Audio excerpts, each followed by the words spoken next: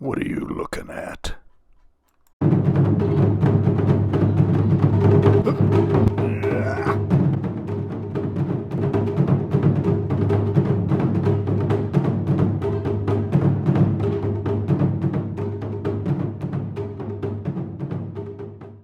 You might know that here at Karate Hack we talk a lot about the special karate shorthand method that we do that enables someone small, old, or with bad joints, or in my case, all of the above, to be able to defend themselves.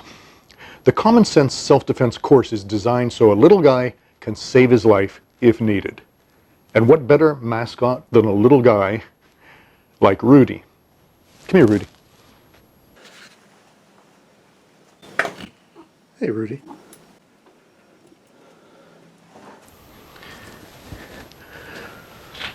Rudy here is our dojo cat. He actually lived here first, so we really trained at his house. Rudy's had a lot of fights and did okay when equally matched, but he's lost some pretty bad scrapes to humans. He used to roam all over the neighborhood. He's a very social cat, and he would go around visiting people, and he has a habit of getting between people's legs, and they kick him. Once he was kicked so severely, both his upper and lower jaws were broken. The vet was about to put him to sleep, but he rallied. I spent the next couple months feeding him through a stomach tube. Once he was back in action, he went out on a Friday night to have some fun and had someone kick him again. This time it fractured his pelvis. Trying to keep a cat still until he heals is a real challenge. After this, we thought it was a good idea to get an invisible fence to keep him on the property. And that's why you see a shock collar on him. I finally learned why Rudy has such a compulsion to stick his face where it didn't belong. I thought he was a little dim. Turns out he's a Norwegian forest cat, and they have a characteristic of leading with their noses. In fact, I understand this is one type of cat that will climb down a tree head first. It explains why he always has bruises on his nose.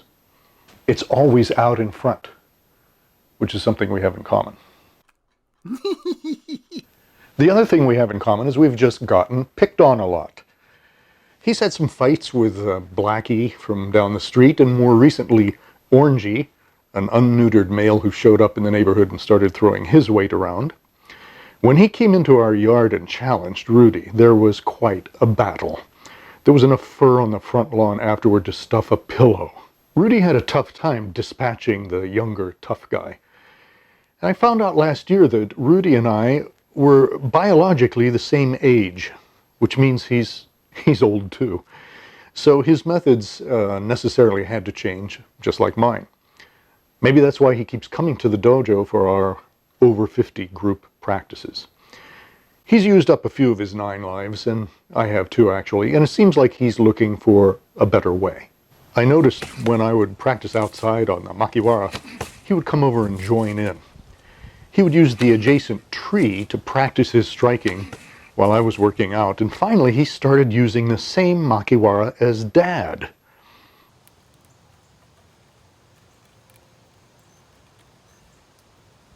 He usually shows up on Saturday mornings to join in the training.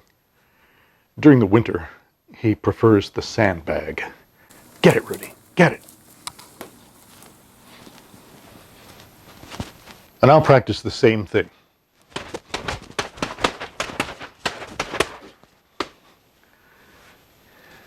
Aren't you going to stay and train? You going to go?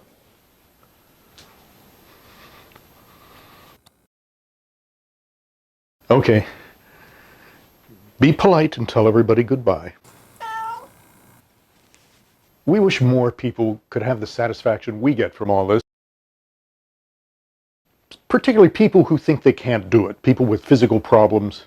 People with not many lives left. So go to karatehack.net and find out more about our type of karate that anybody can do. Even old cats like us.